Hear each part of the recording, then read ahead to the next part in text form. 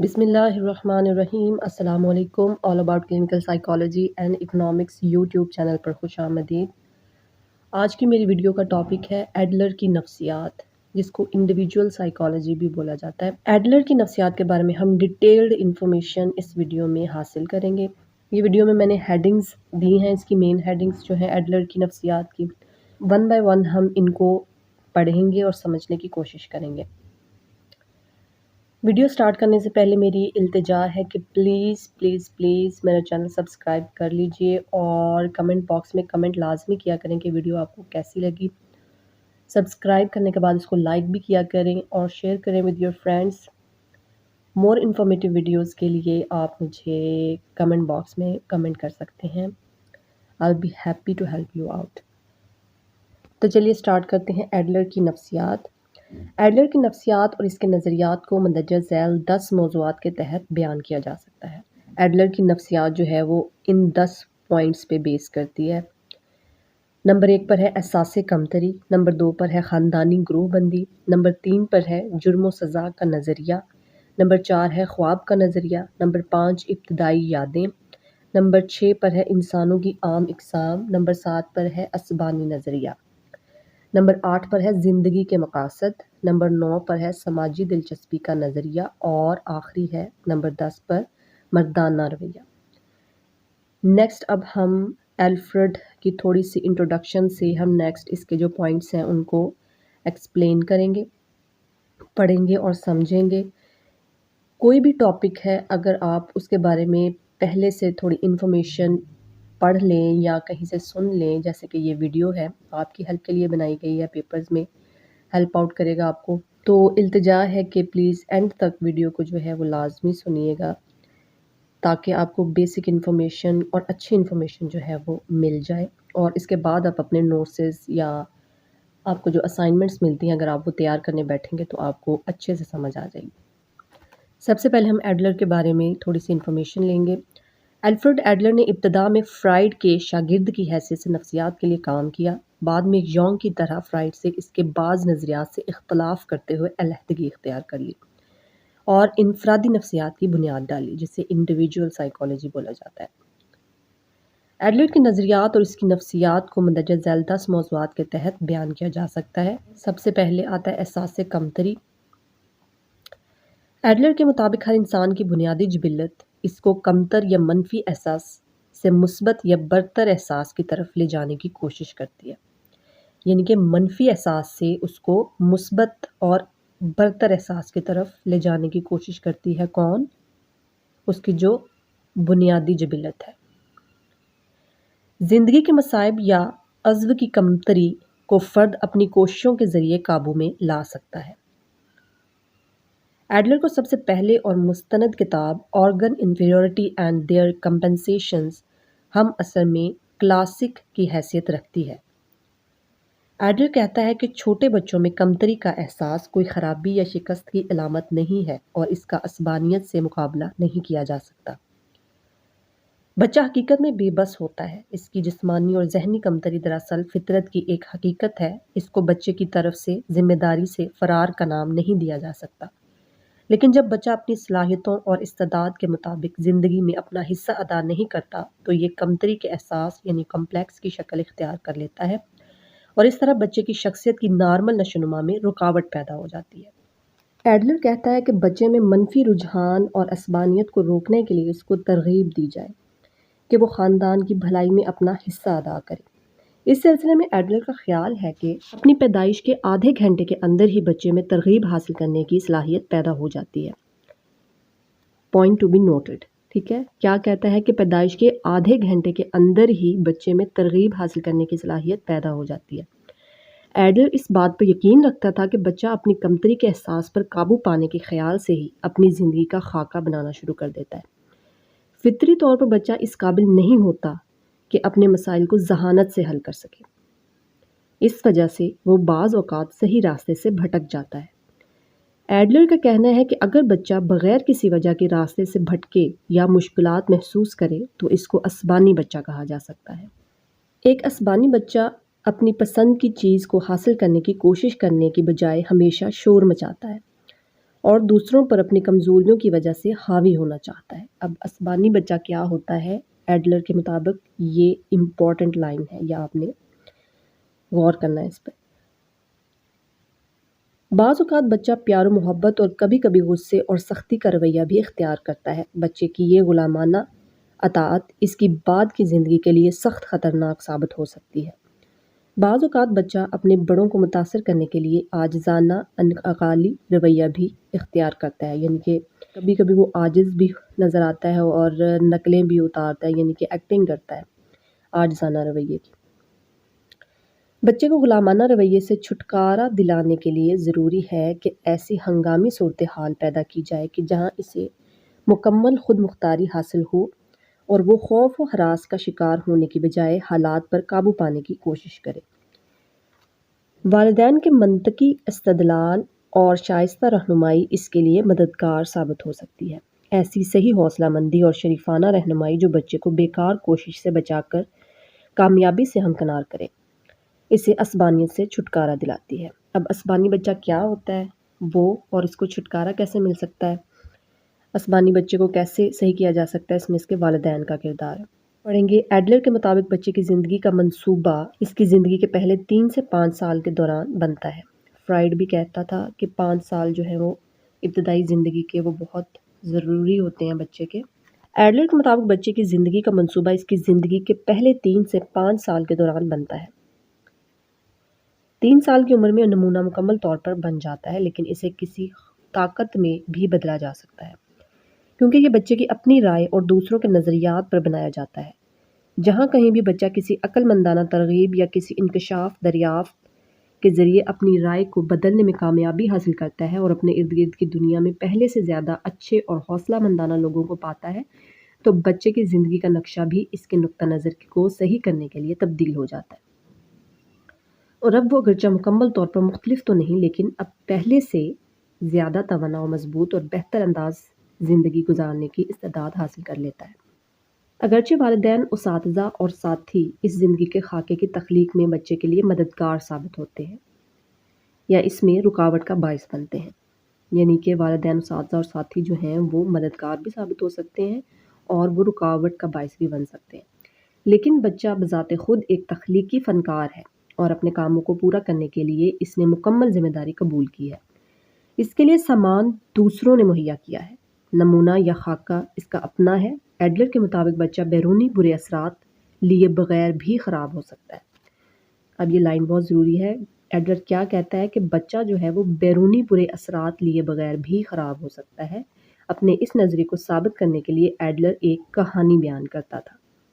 اب وہ کہانی کیا ہے کہ جنگ کے زمانے میں اس کے پاس 2 مریض تھے جن کے دائیں بازو ایک ہی دن کٹ گئے تھے۔ اتفاقاً 2 سال بعد یہ دونوں اسے ایک ہی ہفتے میں ویانا میں ملے۔ ان میں سے ایک نے اس سے کہا، ڈاکٹر ایڈلر، میں اپنے دائیں بازو کے بغیر کچھ بھی نہیں، میں کام نہیں کر سکتا، شادی کا سوال ہی پیدا نہیں ہوتا، میں ایک گیلی لکڑی کا کندہ ہوں جسے جلایا بھی نہیں جا سکتا، مطلب یہ کہ میں بالکل نکما انسان ہوں۔ اور جو دوسرے نے کہا، ڈاکٹر ایڈلر، میں نے یہ نتیجہ اخذ کیا ہے کہ میں اپنے دائیں بازو کے بغیر بڑی خوبصورتی سے زندگی گزار سکتا ہوں۔ اپنے اس بازو کے کھونے سے پہلے کی بجائے اب میری زیادہ اچھی سروس ہے۔ میں شادی شدہ ہوں اور میرا ایک پیارا سا بچہ بھی ہے۔ بعض اوقات اپنے آپ سے سوال کرتا ہوں کہ قدرت نے ہمیں 2 بازو سے کیوں نوازا ہے جبکہ ایک ہی کافی ہوتا ہے۔ اب اس میں ایک پوائنٹ ہے ترتیب یعنی آرڈر۔ اب جو ہمارے پاس دوسرا پوائنٹ ہے خاندانی گروہ بندی، اس کو ہم پڑھیں گے غور سے۔ ایڈلر کی ایک دریافت یہ ہے کہ بچے کی زندگی کا منصوبہ بنانے میں سب سے زیادہ اثر انداز ہونے والا عنصر اس کی خاندانی گروہ بندی ہے، کہ وہ اپنے خاندان میں کون سے نمبر پر ہے، یعنی ترتیب اردو میں بولا جائے گا، اور آرڈر کہ کس آرڈر پر بچہ آ رہا ہے، پہلا ہے، دوسرا ہے، تیسرا ہے، ٹھیک ہے، یا اونلی چائلڈ ہے۔ لوگ اکثر اس بات پر حیران ہوتے ہیں کہ ایک ہی خاندان، ایک ہی ماں باپ اور ایک ہی ماحول میں پروان چڑھنے والے بچوں میں اب کوئی اچھا، حوصلہ مند، عقل مند اور خود اعتمادی کا حامل بچہ اور دوسرا برا، بزدل، بے وقوف اور اطاعت گزار بچہ پایا جاتا ہے، جبکہ بچوں کی پرورش میں ظاہری طور پر تمام عناصر ایک جیسے ہوتے ہیں، لیکن ایڈلر نے اس بات کی طرف توجہ دلائی کہ ہر عنصر ایک جیسا نہیں ہے۔ اس کے باوجود یہ بھی ہے کہ ہر بچہ پہلے یا بعد میں پیدا ہوتا ہے، اور یہی بات اس حقیقت پر منحصر ہے ایک بچہ سب سے بڑا دوسرے نمبر پر، سب سے چھوٹا، یا ایک ایسا بچہ ہے جس کا کوئی ساتھی اور ہم اثر نہیں ہے۔ ایڈلر کے مطابق سب سے بڑا بچہ عام طور پر اطاعت مند، روایتی، معتبر، قانون اور اصولوں کی پابندی کرنے والا بچہ ہوتا ہے، یعنی کہ فرسٹ بورن کی بات ہو رہی ہے، جو والدین کی اجازت سے چھوٹے بچوں کی طرف تحفظانہ اور پدرانہ رویہ رکھتا ہے، یعنی کہ پدرانہ یعنی باپ جیسا رویہ، لیکن اس کا یہ رویہ کسی طرح غیر تلون نہیں ہے۔ یہ ہو سکتا ہے کہ دوسرے بچے کی پیدائش کی وجہ سے پہلا بچہ اپنے آپ کو اس حد تنہا سمجھنے لگے کہ دل ہار دے، خود اعتمادی کھو بیٹھے اور ذمہ داری قبول کرنے سے انکار کر دے۔ اس صورتحال سے بچنے کے لیے ضروری ہے کہ والدین سمجھداری اور ذہانت سے بچے کی تربیت کریں۔ اگر بچے کو یہ احساس ہو کہ سب اس کے ہمدرد ہیں تو پھر وہ تنہائی کا شکار نہیں ہوگا۔ اس کو یہ احساس ہونا چاہیے کہ وہ بڑا ہے اور ہمیشہ سے دوسرے بہن بھائیوں سے بڑا ہی رہے گا۔ اب سیکنڈ بورن یعنی دوسرا بچہ جو ہے اس کے بارے میں ہم پڑھیں گے۔ اکثر باغی ہوتا ہے، یعنی کہ جو دوسرا بچہ ہوتا ہے وہ اکثر باغی ہوتا ہے، ریبل ہوتا ہے۔ اس کے لیے معتبری میں کوئی کشش نہیں ہوتی اور وہ زیادہ تر اپنے والدین اور ایلڈسٹ کے خلاف چھوٹے بہن بھائیوں سے زیادہ مل جل کر رہتا ہے اور ان پر اپنا حکم نہیں چلاتا۔ دوسرا بچہ اکثر رسم و رواج کو پاش پاش کرنے والا، مہم جو اور وہ چیز جس کے متعلق کوئی نہ جانتا ہو اسے جاننے کا خواہش مند ہوتا ہے۔ ہو سکتا ہے کہ دوسرے بچوں کے مقابلے میں اس کی اپنی تخلیقی صلاحیتیں بہت ہی کم ہوں، لیکن اس کی یہ خواہش کہ بڑے سے آگے بڑھنا ہے اسے اس بات پر اکساتی ہے کہ وہ انعامات جو قدرت نے اسے نوازے ہیں ان کو زیادہ عملی اور صحیح طریقے پر استعمال کرے اور ان سے فائدہ حاصل کرے۔ دوسری طرف بڑے بچے کو خیر کن صلاحیتیں اور بڑے پن کا امتیازی حق اسے اس قدر حسن پسند بنا دیتا ہے کہ دوسرا بچہ اس کی اس برتری تک پہنچنے کی سعی میں اس قدر مایوس ہو جاتا ہے کہ یا تو وہ بہت ہی شریر اور خودسر بن جاتا ہے اور یا پھر بالکل پٹڑی سے اتر جاتا ہے۔ اگر ایلڈسٹ عالم ہے تو دوسرا غیر حوصلہ مند بچہ مکمل طور پر پڑھنے سے انکاری ہوگا اور ایک کھلاڑی بن جائے گا، بشرط یہ کہ اس کا بڑا بھائی پہلے سے ہی اس خاص فیلڈ میں قدم نہ رکھ چکا ہو۔ یہ ایڈلر کے مطابق اس کا خیال ہے، اس کا نظریہ ہے۔ اگر بہت جلد دوسرے مضبوط اور غصے والے بچے اسے فالو کیا ہو تو وہ ہر صورت میں انتہائی باغیانہ، الٹ اور ضدی رویہ رکھے گا، لیکن ایسا وہ صرف اس صورت میں کرتا ہے جبکہ والدین اور دوسرے معتبر لوگ اسے اچھی طرح سمجھنے کے بعد عقل مندی سے ہینڈل کرنے کی کوشش نہ کریں۔ لڑکیوں کے خاندان میں ایک لڑکے کی حالت یا بہت سے لڑکوں میں ایک لڑکی کی اپنی ہی خاص مشکلات و مصائب ہیں۔ انسانی خاندان کی اس گروہ بندی میں سب سے چھوٹے بچے کی خواہ وہ کسی بھی جنس سے تعلق رکھتا ہو، اس کی اپنی ایک خاص حیثیت ہے۔ وہ دوسرے بچوں میں آگے نکل جاتے ہیں، اپنے آپ کو بالکل بے بس پاتا ہے اور اس میں حوصلہ بالکل نہیں پایا جاتا، لہٰذا اس بات کا امکان ہے کہ وہ خاندانی شاعر یا مسخرہ بن جائے۔ سب سے چھوٹا بچہ اکثر بعد کی زندگی میں دوسروں کو خوش کرنے کا پیشہ اختیار کر لیتا ہے، یا پھر وہ اس قدر نا امید اور غیر حوصلہ مند ہو جاتا ہے کہ مکمل طور پر نارمل طریقے سے پروان نہیں چڑھتا۔ اگر اس سے بڑے بچے مختلف میدانوں میں شاندار کامیابی حاصل کریں تو ہو سکتا ہے کہ وہ تمام زندگی پیشے کی مشکلات یا اپنے کام کی مصیبتوں سے دوچار رہے۔ دوسری طرف جو ینگسٹ جسے بہت زیادہ حوصلے، آزادی اور خود مختاری کی ضرورت ہے، اگر اسے کامیاب لوگوں کی وجہ سے دھمکایا نہ گیا ہو تو وہ پری کی کہانی میں تیسرے بچے کی طرح پرورش پا سکتا ہے اور ان سب میں سب سے زیادہ کامیاب ہو سکتا ہے۔ پری کی کہانی میں ہمیشہ سب سے چھوٹا شہزادہ اپنے تمام خاندان کو پیچھے چھوڑ دیتا ہے اور شہزادی کو اپنے ساتھ لے جانے میں کامیاب ہو جاتا ہے۔ یہ سب سے چھوٹا بچہ بھی اکثر حقیقی زندگی میں ایسا ہی کرتا ہے، لیکن اس بات کا انحصار اس کے والدین پر ہے کہ یا تو اسے زندہ دل بچوں کی ڈیوٹی ہو کہ وہ بچے کو خطرات سے محفوظ رکھیں، لیکن ان کی یہ ڈیوٹی ہرگز نہیں ہے کہ وہ اس پر دھونس جمائیں۔ یہی بات بعد کی زندگی میں اس کی جدت پسندی میں رکاوٹ بن سکتی ہے۔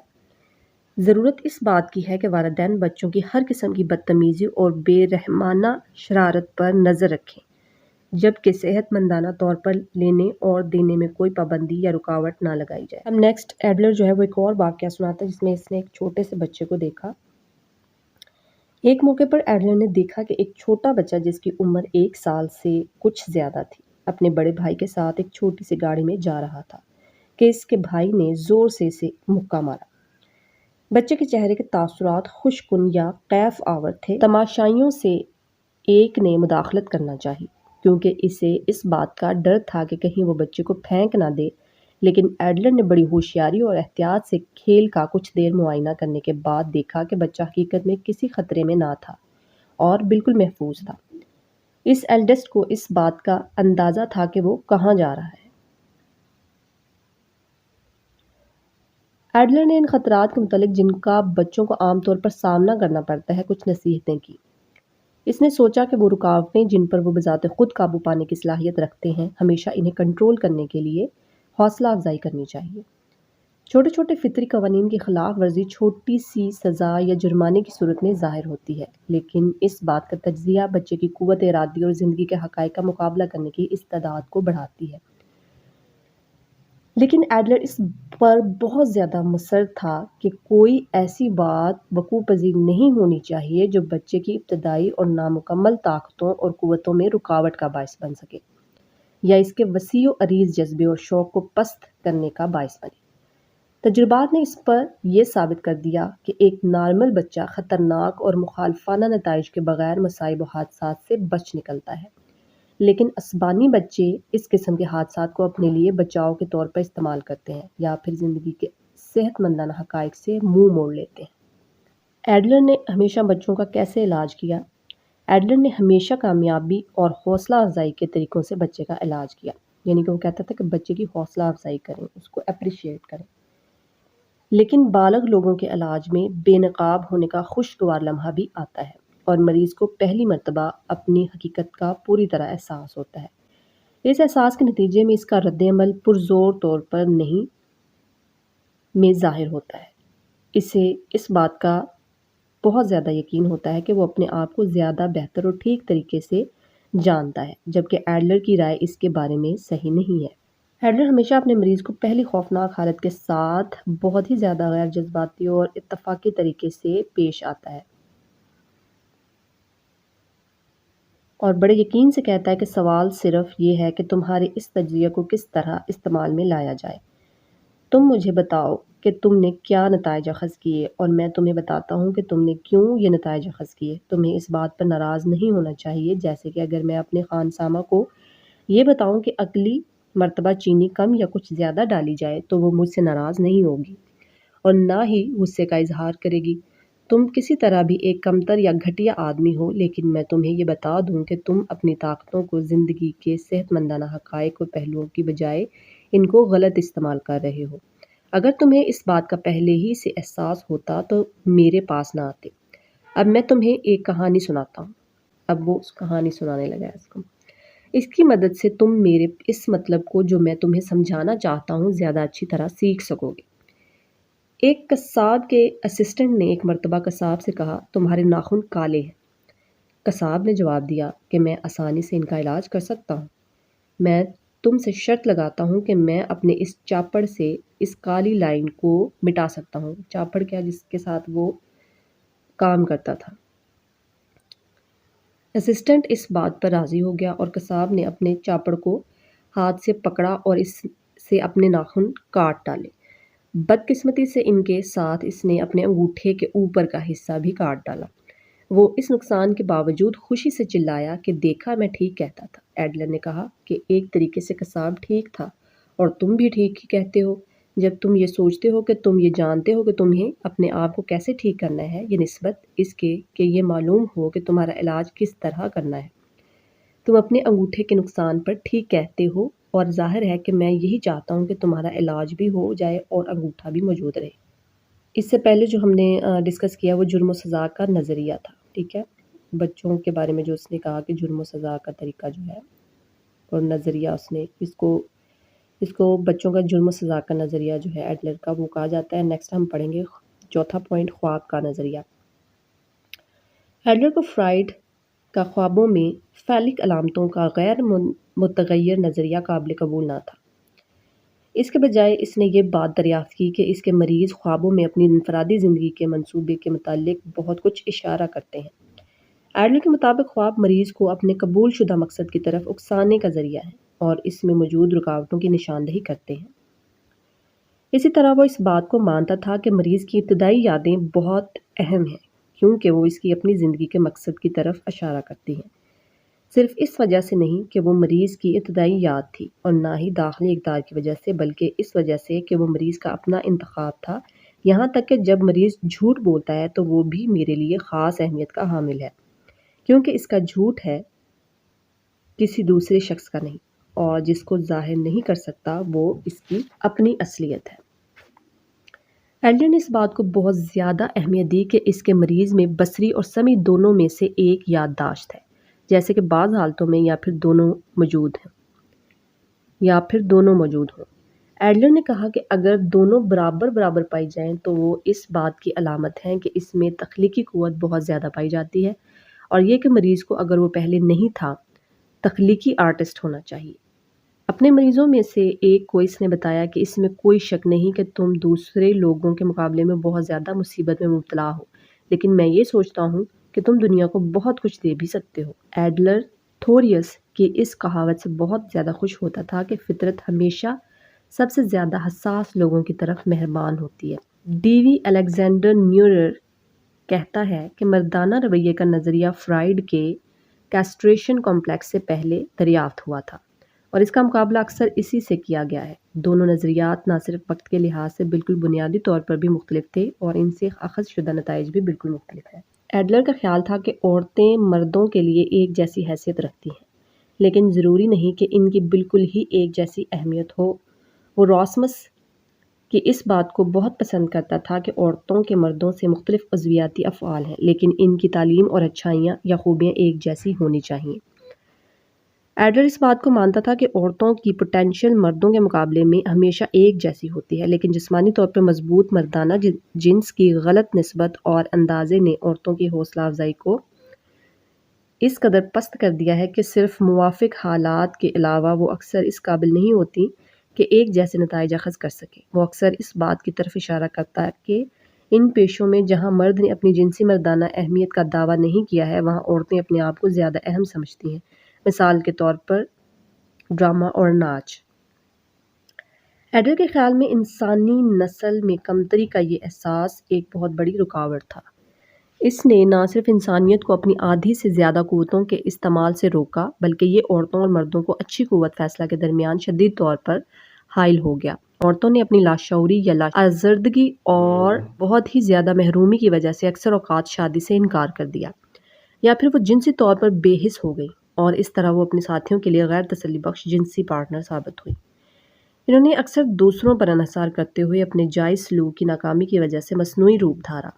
دوسری طرف بہت سی مضبوط اور کارآمد عورتیں جو اپنی نالائکی کی وجہ سے اپنے بھائیوں کے پیشے اختیار نہ کر سکیں اور معاشرتی آزادی سے فائدہ نہ اٹھا سکیں، انہیں جب بھی اقتدار ملا وہ ظالم و جابر ثابت ہوں۔ دبی ہوئی اور مایوس کن عورتوں کے جذباتی دھماکوں کی بنا پر بہت سے گھر تباہ ہوئے، اور انہی کی وجہ سے اکثر اوقات مادرانہ جبلت کو بھی نقصان پہنچا۔ ایڈلر کے مطابق کوئی انسان یہ برداشت نہیں کر سکتا کہ دوسرا اس پر غالب آئے، اور جب بھی ایڈلر نے کون بیئر کا لفظ استعمال کیا، اس کے کہنے کا مطلب ہے کہ اسے برداشت کرنا چاہیے۔ ایڈلر نے اپنی اس مردانہ رویے کی ٹرم کو مرد اور عورت دونوں پر لاگو کیا۔ اس نے یہ جانا کہ شاید کچھ آدمی یہ محسوس کرتے ہوں کہ عورتوں پر برتری کے احساس کو یقین میں بدلنے کے لیے ضروری ہے کہ مردانیت کو فوقیت دینے کے لیے کوشش کی جائے، جبکہ ایک انسان ہونے کے ناطے سے وہ ایسا نہیں کر سکتے۔ اسی طرح عورتوں نے اپنی جنسی کمتری سے فرار حاصل کرنے کے لیے اس قسم کی قوتوں پر زور دیا۔ کسی بھی جنس کو یہ فرض نہیں کرنا چاہیے کہ اس کی اہمیت دوسرے سے بہت زیادہ ہے۔ ایڈلر اکثر کہا کرتا کہ اگر فطرت کسی پر مہربان ہے تو وہ یقیناً عورت ہے، کیونکہ قدرت نے اپنے بازو مادرانہ طور پر ماں کے لیے واقع ہیں۔ یہ ایک انتخاب یا اپنی پسند ہے جسے جنسی فعل میں آدمی تعاون کرتا ہے یا عورت، لیکن یہ زندگی اور موت کا مسئلہ ہے کہ ماں اور بچہ زندگی کی دوڑ میں پیدائش سے پہلے اور پیدائش کے بعد ایک دوسرے سے تعاون پر مجبور ہیں۔ ایڈلر کے مطابق مردانہ رویہ یا احتجاج، جنگ، نفرت، غلامی اور اس کے علاوہ دنیا کی دوسری بڑی بڑی کیوں کا ذمہ دار ہے۔ اپنے اس خیال کی بنا پر اس نے ظالم اور جارحیت پسند مریض عورتوں کو سمجھا، ان کے ساتھ مہربانی سے پیش آیا اور اچھا سلوک کیا، کیونکہ وہ بذات خود کسی بھی قسم کے انسانی ظلم و ستم کو ناپسند کرتا تھا۔ ایڈلر کی بیوی ریسو اس بات کی طرف اشارہ کرتی ہے کہ چونکہ ایڈلر ریٹٹ بورگیئرز خاندان میں پیدا ہوا، اس لیے شادی کے ابتدائی دنوں میں ایڈلر کے لیے یہ خاصا مشکل تھا کہ وہ عورتوں کے لیے آزادی اور ثقافت کے مسائل کو سمجھ سکے، اور یہ عورتوں کے لیے ان کی کیا اہمیت ہے، اور یہی ان کی ازدواجی زندگی کے لیے سب سے پہلی اور بڑی خامی تھی۔ ایڈلر کو اس بات کا فائدہ تھا کہ اسے مرد اور عورت دونوں کے علم سے واقفیت تھی، اور یہ باتیں اس نے اپنی سماجی زندگی کے 3 اہم سٹریٹا سے اخذ کیں۔ وہ گلیوں میں پروان چڑھا، بورسوائی خاندان سے تعلق رکھتا تھا اور شادی دانشور طبقے نے کی۔ عالمی طور پر ایڈلر نے عورتوں کو مکمل طور پر اور ہر ممکن اہمیت دی اور انہیں اس بات پر مجبور کیا کہ اپنے آپ میں خود اعتمادی اور صحیح نشوونما کے لیے اپنی تمام تر قوتوں کو بروئے کار لائیں۔ اپنی بیٹیوں کی تعلیم کے سلسلے میں بھی اس نے یہی طریقہ اختیار کیا۔ شاید اس کی بیوی ریسا، جو بذات خود عورتوں کی ایک سی اہمیت دینے پر مضر تھی، اس نے ایڈلر کو اس سے بھی کچھ زیادہ ہی سبق سکھا دیا۔ ایڈلر کے مردانہ رویے کے نظریے کو سمجھنے اور یہ جاننے کے لیے ایڈلر نے اس کو کتنی اہمیت دی، ہمیں اس کے اپنے تجربے کو بھی اس کی دریافت کا ایک حصہ سمجھنا چاہیے۔ ایڈلر ریسا کے آزادانہ رویے، اس کی خود مختاری اور اس کے حوصلے سے متاثر ہو کر اس کی محبت میں گرفتار ہو گیا، لیکن ان سب خصوصیات کی وجہ سے اس نے اپنے آپ کو حسد کرنے والا نوجوان پایا۔ اگرچہ اس نے کئی سال تک اپنے آپ کو اس ابتدائی پیار کو قائم کرنے کے لیے منفی پہلو شیڈو کا سہارا لیا۔ کوئی دوسرا شخص ایڈلر اور اس کی بیوی کے دل کے معاملے کے درمیان بنیادی نقطہ نہ بن سکا۔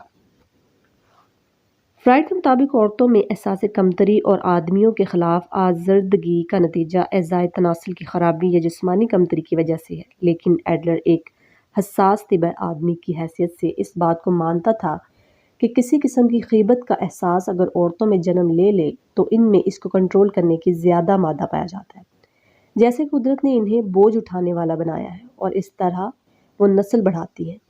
ریسا ایک ماں ہونے کی حیثیت سے مطمئن تھی، لیکن ایک فرد ہونے کے ناطے وہ ایڈلر کی سختی، کڑواپن اور حسد کو بہت برا مانتی تھی، کیونکہ وہ برداشت نہیں کر سکتی تھی کہ عورتوں کے ساتھ زیادتی کی جائے۔ ایڈلر نے ان عادتوں کو ختم کرنا تھا اور بالآخر اس نے ایسا کر دکھایا۔ ایڈلر حقوق نسواں کا چیمپئن کہلوایا۔ شاید ہی ایسا عظیم چیمپئن عورتوں کو کبھی ملا ہو، کیونکہ وہ زیادہ عملی تھا۔ ایڈلر کو اکثر کہا گیا کہ ذہانت کی آزمائشوں کے ذریعے لڑکوں اور لڑکیوں کی اضافی ذہنی قابلیت اور اہلیت کا مطالعہ کریں۔ ذہانت کی آزمائشوں کے نتائج کی مکمل درستگی پر اسے کسی طرح بھی یقین نہ تھا، اگرچہ اس کے خیال میں بعض اوقات اس قسم کے ٹیسٹ صحیح معلومات فراہم کرتے ہیں، لیکن اس کے مطابق کسی بھی مشینی یعنی میکینیکل ٹیسٹ کے ذریعے سے بچے کی قابلیت کا اندازہ نہیں لگایا جا سکتا۔ جب ٹیسٹ لیا جاتا ہے، ہو سکتا ہے کہ بچہ صحیح طور پر یہ ٹیسٹ نہ دے سکے، یا اس کے گرد و نواح میں کوئی ایسا عنصر موجود ہو جو اس کی اندرونی یا باطنی مضبوطی اور استحکام کے لیے خطرے کا باعث بن جائے۔ البتہ ان ٹیسٹوں کے ذریعے اس نے جنسی مماثلت کا مطالعہ کیا اور اس طرح سے ایک دلچسپ نتیجہ اخذ کیا۔ دوسرے ماہروں کی طرح ایڈلر نے بھی اس فیلڈ میں یہ معلوم کیا کہ نوبلوغت تک لڑکیاں اکثر لڑکوں کو پیچھے چھوڑ دیتی ہیں اور پھر پیچھے رہ جاتی ہیں، لیکن اس نے یہ بھی معلوم کیا کہ تقریباً تمام اسکولوں اور کالجوں میں کچھ غیر معمولی لڑکیاں بھی پائی جاتی ہیں جو کہ آخر تک اپنی ترقی کی رفتار قائم رکھتی ہیں۔ ان غیر معمولی لڑکیوں میں ایک عام عنصر پانے کے بعد ایڈلر کا مقصد حل ہو گیا اور مستقل سوالات کے ذریعے آخرکار وہ ایک عام نتیجے تک پہنچ ہی گیا۔ اس نے یہ معلوم کیا کہ یہ تمام خاص ذہانت رکھنے والی لڑکیوں کی ایسی مائیں ہیں جو اپنے کامیاب پیشے اپنائے ہوئے ہیں۔ نتیجتاً لڑکیاں کسی مردانہ رویے اور احتجاج سے دوچار نہیں ہوتی اور اس طرح اپنے مستقبل کی سوچ کے سلسلے میں انہیں کسی قسم کی مایوسی کا احساس نہیں ہوتا۔ انہیں مکمل آزادی ہوتی ہے کہ وہ اپنی طاقتوں کو مکمل طور پر بروئے کار لائیں۔ سائیکیاٹری کے کچھ اسکول اس بات کو مانتے ہیں کہ انسانی زندگی میں جنس کو جو اہمیت ہے، ایڈلر نے اس سے مکمل طور پر پہلو تہی کی ہے اور اس کے اس رول کو ظاہر کرنے سے گریز کیا ہے۔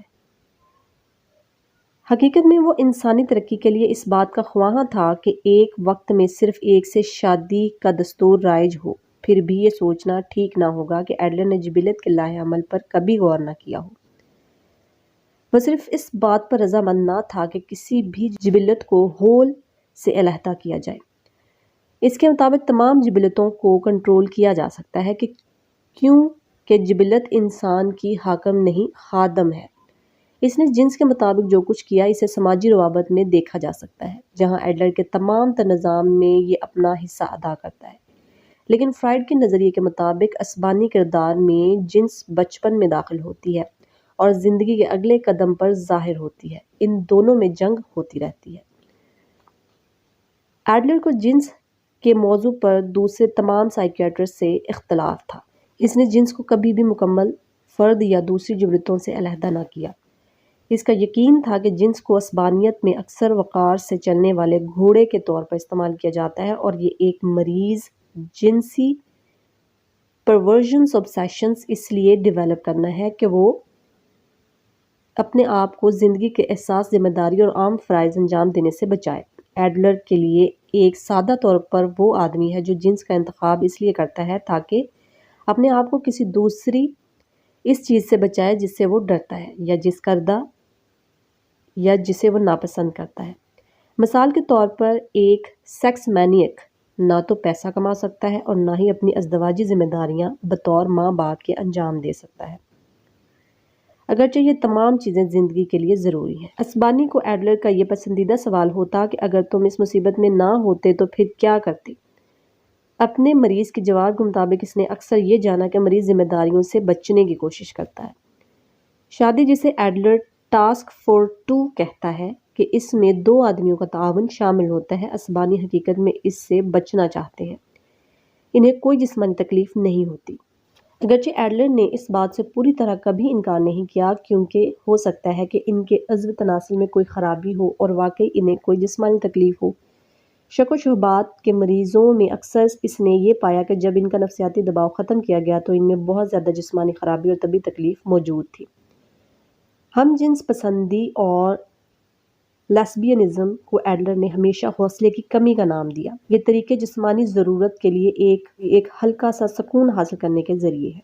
اس طرح سے بڑی بڑی ذمہ داریوں سے اپنے آپ کو بچایا جاتا ہے۔ ایک غیر جنس کے ساتھ مستقل تعلق کے مقابلے میں ایک عارضی ساتھی جو آپ کو اپنی ہی جنس سے تعلق رکھتا ہے اس کو بہتر طور پر جانتے ہیں اور وہ بہت کم حوصلے کا مالک بھی ہے۔ وہ آپ کو زیادہ مطمئن کر دیتا ہے۔ ایڈلر کے مطابق ہر انسان دوسرے انسان سے مختلف ہے اور یہ کہ ایسی کوئی بھی میکانیکی یا طبی آزمائش نہیں ہے جو ان تغیرات کو صحیح طریقے سے جانچ سکے۔ البتہ گروپ بندی کے سلسلے میں وہ اس بات پر رضامند تھا کہ انسانوں کی 4 اقسام ہیں۔ ہم 6 پوائنٹ پڑھ رہے ہیں، انسانوں کی اقسام۔ نمبر 1 پر ہے وہ جو کہ اپنی کامیابی طفیلی پودے یا کیڑے کی صورت میں تلاش کرتے ہیں۔ مطلب یہ ہے کہ وہ خود کوشش نہیں کرتے بلکہ دوسروں پر انحصار کرتے ہیں اور بذات خود زندگی کی ذمہ داریوں کو اٹھانے سے گریز کرتے ہیں۔ نمبر 2، دوسرے نمبر پر وہ لوگ آئے ہیں جو دوسروں پر غالب رہتے ہیں اور مختار کل کی حیثیت سے کام کرنے کے لیے کوشاں رہتے ہیں، دوسروں کا دباؤ برداشت نہیں کر سکتے۔ نمبر 3، وہ لوگ جو نہ تو دوسروں پر انحصار کرتے ہیں اور نہ ہی بذات خود اپنی خواہشات پوری کر سکتے ہیں، آخر ان کا یہ انجام ہوتا ہے کہ وہ اپنی زندگی سے تنگ آ کر خودکشی کر لیتے ہیں۔ نمبر 4، وہ جو دوسرے لوگوں سے تعاون کرتے ہیں، سماجی احساس کے بلبوتے پر کام کرتے ہیں، مطلب یہ کہ وہ عوامی کاموں میں حصہ لیتے ہیں اور دوسرے لوگوں سے گھل مل کر رہتے ہیں۔ ایڈلر نے پہلے 3 قسم کے لوگوں کے لیے ایک حل پیش کیا کہ ان میں سماجی شوق پیدا کیا جائے اور انہیں عملی اور معلوماتی طور پر سوشل بنا دیا جائے۔ ایڈلر جسے اصول سماجی لگاؤ ہمسایہ سے محبت کا نام دیتا ہے، یہ اصول اس کے تمام نظریوں کی بنیاد ہے اور وہ اس بات پر یقین رکھتا تھا کہ اسبانی اور مجرم دونوں کا اس اصول کے تحت علاج کیا جا سکتا ہے۔ ایڈلر کے مطابق فرد اپنی ذات کی ساخت یعنی نروز، ڈرائیوز، ٹراماز، گلینڈز کے ذریعے نہیں پہچانا جاتا، بلکہ ان کے اعمال و افعال کو معنی پہنا کر پہچانا جاتا ہے۔ لیکن مہد سے لے کر لحد تک فرد کو ان 3 مقاصد جو اس کی زندگی کے اہم جزو ہیں کے ذریعے یہ معلوم کیا جا سکتا ہے کہ وہ کس طرح زندگی گزارتے ہیں۔ ان میں روزگار، شادی اور سماجی روابط شامل ہے۔ کوئی بھی شخص جو ان 3 مقصد کو اگرچہ نامکمل طور پر لیکن کامیابی سے حاصل کرتا ہے تو اس میں کسی قسم کا شدید ذہنی یا اعصابی بگاڑ پیدا نہیں ہوگا۔ ایسا انسان ہر لحاظ سے ایک نارمل آدمی ہے، لیکن وہ فرد جو زندگی کے ان 3 مقاصد کو پورا نہیں کر سکتا یا ان میں سے کسی کو بھی نہیں کر پاتا تو وہ کسی حد تک کم نارمل ہے۔ ایسا آدمی زندگی کے خطرات اور غلط قسم کے اتفاقات کا مقابلہ نہیں کر سکتا، ان کا سامنا کرنے سے گھبراتا ہے، اور اگر وہ ان تمام میں ناکام ہو جائے تو وہ مکمل طور پر غم اور پریشانی کا شکار ہو کر رہ جاتا ہے، کیونکہ وہ ایک صحیح اور ٹھیک ٹھاک آدمی کی حیثیت سے اپنا رول ادا نہیں کر پاتا۔ اصول سماجی لگاؤ کا مطلب ہے کہ اپنے ہمسائے یعنی ارد گرد کے لوگوں سے پیار کرو۔ اس اصول پر اگر ٹھیک طریقے سے عمل کیا جائے تو یہ انسان کی چھپی ہوئی صلاحیتوں کو بیدار کرتا ہے اور خود پرستانہ مقصد جو عصبانیت کی جڑ ہے اس پر قابو پانے میں مدد دیتا ہے۔ ایڈلر کے مطابق جب اصول سماجی لگاؤ کو اچھی طرح سمجھ لیا جائے اور اسی پر ہی تمام تر معلومات اور تعلیم کی بنیاد رکھی جائے، اپنے پڑوس اور ارد گرد کے لوگوں سے مل جل کر رہا جائے اور ان سے تعاون کیا جائے، جو کہ تمام سچے مذاہب کا اصل مقصد بھی ہے، تو ایسا انسان اسی طرح نارمل ہوگا جس طرح سانس لینا ایک فطری عمل ہے۔ یہی سماجی لگاؤ کا اصول ہے اور یہی صراط مستقیم ہے۔ I hope you like the information. Please videos کو لائک کریں، سبسکرائب کریں میرا channel for more informative videos۔ اللہ حافظ۔